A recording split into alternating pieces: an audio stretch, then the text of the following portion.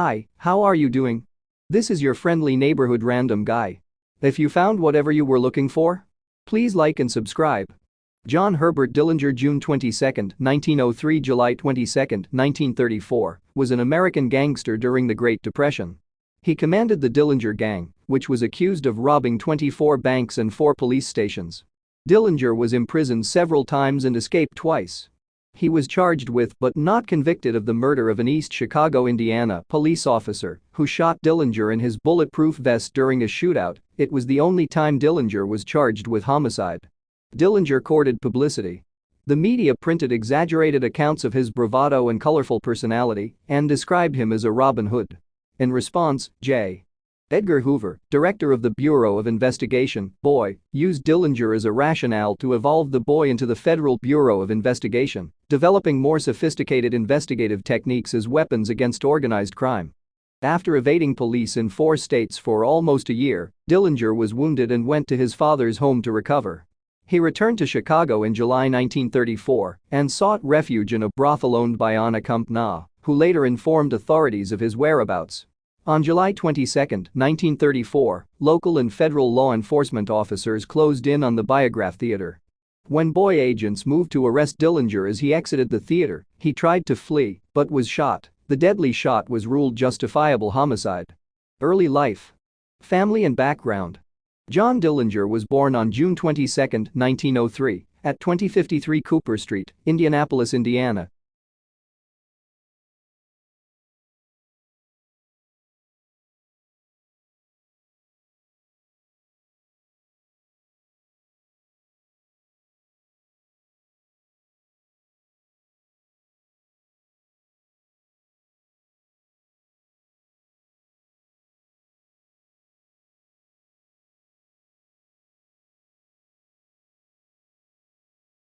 Now I can't vouch for his exact location. But I tried searching his house, only this is the place I could find.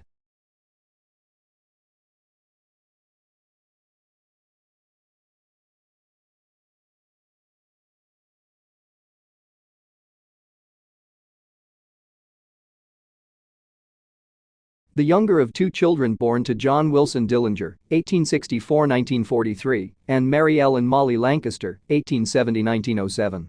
Dillinger's parents had married on August 23, 1887. Dillinger's father was a grocer by trade and, reportedly, a harsh man. In an interview with reporters, Dillinger said that he was firm in his discipline and believed in the adage, "Spare the rod and spoil the child." Dillinger's older sister, Audrey, was born in 1889, and the mother died in 1907 just before his 4th birthday. Audrey married Emmett Fred Hancock that year and had 7 children. She cared for her brother John for several years until their father remarried in 1912 to Elizabeth Lizzie Fields, 1878-1933. They had 3 children. Formative years in marriage.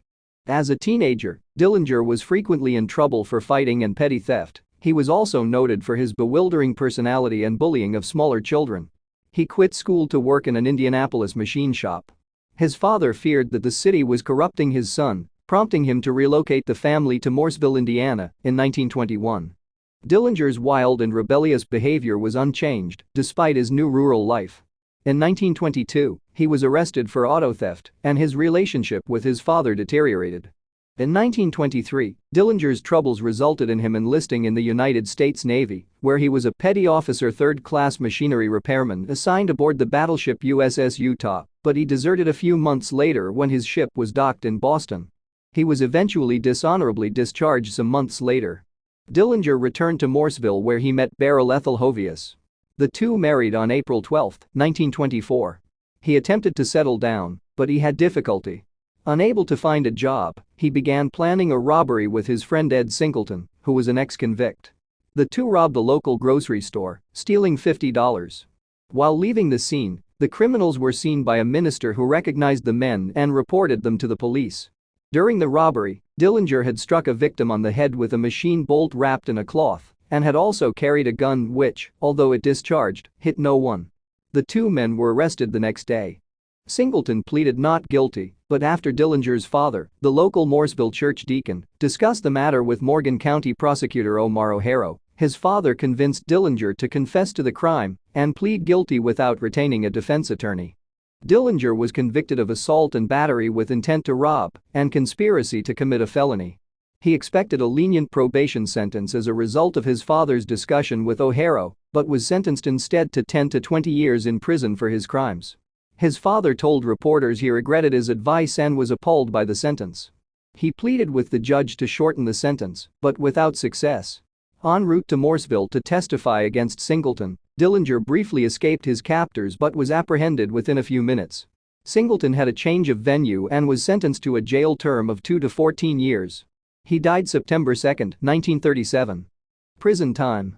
Incarcerated at Indiana Reformatory and Indiana State Prison from 1924 to 1933, Dillinger developed a criminal lifestyle. Upon being admitted to prison, he was quoted as saying, "I will be the meanest bastard you ever saw when I get out of here." His physical examination at the prison showed that he had gonorrhea, and the treatment for the condition was painful. He became resentful against society because of his long prison sentence and befriended other criminals, including seasoned bank robbers Harry Pete Pierpont, Charles Mackley, Russell Clark, and Homer Van Meter, who taught Dillinger how to be a successful criminal. The men planned heists that they would commit soon after they were released. Dillinger also studied Herman Lamb's meticulous bank robbing system and used it extensively throughout his criminal career. Dillinger's father began a campaign to have him released and was able to obtain 188 signatures on a petition. On May 10, 1933, after serving 9.5 years, Dillinger was paroled. Released at the height of the Great Depression, Dillinger, with little prospect of finding employment, immediately returned to crime. On June 21, 1933, he robbed his first bank, stealing $10,000 from the New Carlisle National Bank. On August 14, Dillinger robbed a bank in Bluffton, Ohio. Tracked by police from Dayton, Ohio, he was captured and later transferred to the Allen County Jail in Lima to be indicted in connection to the Bluffton robbery. After searching him before putting him into the prison, the police discovered a document which appeared to be a prison escape plan. They demanded Dillinger tell them what the document meant, but he refused. Earlier, while in prison, Dillinger had helped conceive a plan to enable the escape of Pierpont, Clark, and 6 others he had met while in prison, most of whom worked in the prison laundry. Dillinger had friends smuggle guns into their cells, which they used to escape 4 days after Dillinger's capture. The group that formed up, known as the First Dillinger Gang, consisted of Pierpont, Clark, Mackley, Ed Schaus, Harry Copeland, and John Red Hamilton, a member of the Herman Lamb Gang. Pierpont, Clark, and Mackley arrived in Lima on October 12, 1933, where they impersonated Indiana State Police officers, claiming they had come to extradite Dillinger to Indiana. When the sheriff, Jess Sarber, asked for their credentials, Pierpont shot Sarber dead, then released Dillinger from his cell. The 4 men escaped back to Indiana, where they joined the rest of the gang. Dillinger is known to have participated with the Dillinger Gang in 12 separate bank robberies between June 21, 1933 and June 30, 1934. Evelyn Frechette. Evelyn Billy Frechette met John Dillinger in October 1933 and they began a relationship in November 1933. After Dillinger's death, Billy was offered money for her story and wrote a memoir for the Chicago Herald and Examiner in August 1934. Escape from Crown Point, Indiana. On January 25, 1934, Dillinger and his gang were captured in Tucson, Arizona. He was extradited to Indiana and escorted back by Matt Leach, the chief of the Indiana State Police. Dillinger was taken to the Lake County Jail in Crown Point, Indiana, and jailed for charges for the murder of a policeman who was killed during a Dillinger Gang bank robbery in East Chicago, Indiana, on January 15, 1934. The local police boasted to area newspapers that the jail was escape-proof and had posted extra guards as a precaution. However, on Saturday, March 3, 1934, Dillinger was able to escape during morning exercises with 15 other inmates. Dillinger produced a pistol, catching deputies and guards by surprise, and he was able to leave the premises without firing a shot. Almost immediately afterwards, conjecture began whether the gun Dillinger displayed was real or not. According to Deputy Ernest Blunk, Dillinger had escaped using a real pistol. FBI files, on the other hand, indicate that Dillinger used a carved fake pistol.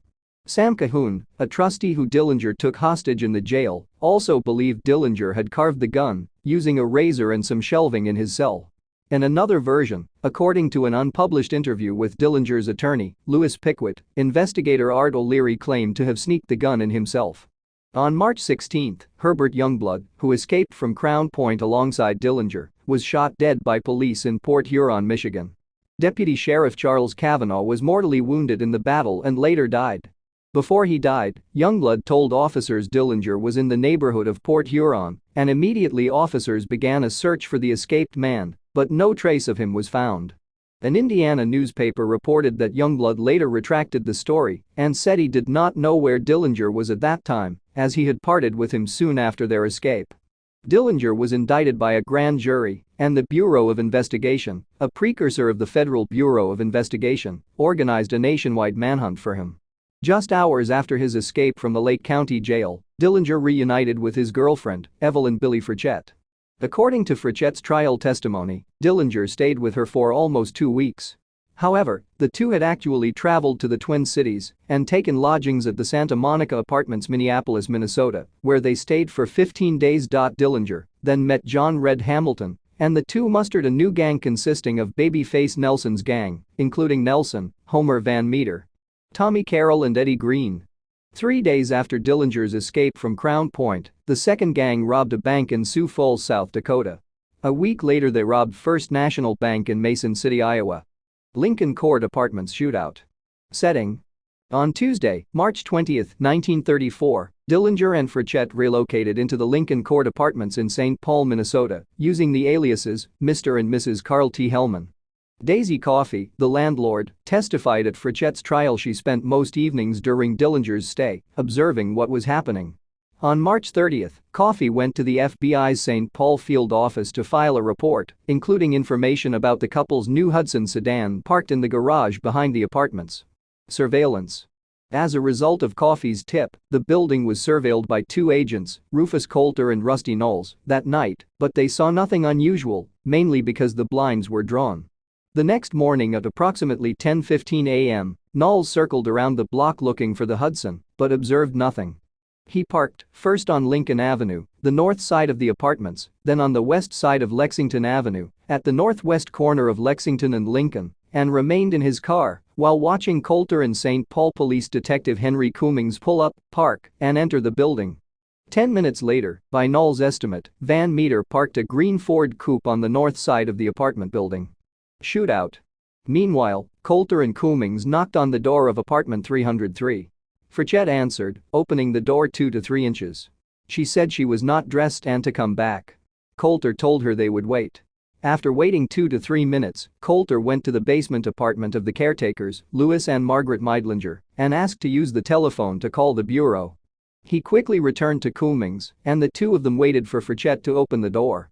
Van Meter then appeared in the hall and asked Coulter if his name was Johnson.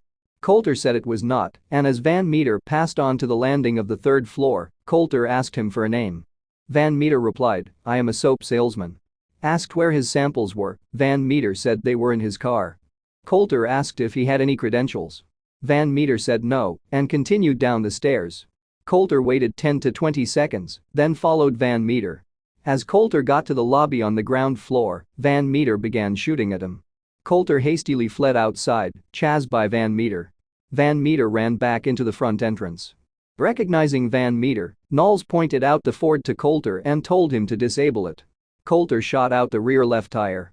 While Coulter stayed with Van Meter's Ford, Knowles went to the corner drugstore and telephoned the local police, then the Bureau's St. Paul office, but could not get through because both lines were busy. Van Meter, meanwhile, escaped by hopping on a passing coal truck. Frechette, in her harboring trial testimony, said that she told Dillinger that the police had shown up after speaking to Cummings. Upon hearing Van Meter firing at Coulter, Dillinger began shooting through the door with a Thompson submachine gun, sending Cummings scrambling for cover. Dillinger then stepped out and fired another burst at Cummings. Cummings shot back with a revolver, but quickly ran out of ammunition. He hit Dillinger in the left calf with one of his 5 shots. He then hastily retreated down the stairs to the front entrance. Once Cummings retreated, Dillinger and Frechette hurried down the stairs, exited through the back door and drove away in the Hudson. Aftermath. After the shootout, Dillinger and Frechette drove to Eddie Green's apartment in Minneapolis. Green telephoned his associate Dr. Clayton E. May at his office at 712 Masonic Temple in downtown Minneapolis, still extant. With Green, his wife Beth, and Frechette following in Green's car, the doctor drove Dillinger to an apartment belonging to Augusta Salt, who had been providing nursing services and a bed for May's illicit patients for several years, patients he could not risk seeing at his regular office. May treated Dillinger's wound with antiseptics. Green visited Dillinger on Monday, April 2, just hours before Green was mortally wounded by the FBI in St. Paul. Dillinger convalesced at Dr. May's for 5 days until Wednesday, April 4. Dr. May was promised $500 for his services but received nothing. Return to Morrisville. After the events in Minneapolis, Dillinger and Frechette traveled to Morrisville to visit Dillinger's father. Friday, April 6, 1934, was spent contacting family members, particularly his half-brother Hubert Dillinger. On April 6, Hubert and Dillinger left Morrisville at about 8 p.m. and proceeded to Leipsic, Ohio, approximately 210 miles away, to see Joseph and Lena Pierpont, parents of Prohibition-era gangster Harry Pierpont. The Pierponts were not home, so the two headed back to Morrisville around midnight. On April 7 at approximately 3:30 a.m., they rammed a car driven by Mr. and Mrs. Joseph Manning near Noblesville, Indiana. Phew. Time out. I am gonna have to take a break. It is going to be interesting, long documentary, so I had decided to split in parts. This one is part 1, and the next parts will take few more weeks to be completed. John Dillinger is one curious case. If you found whatever you were looking for, please like and subscribe. Until next time, your friendly neighborhood random guy.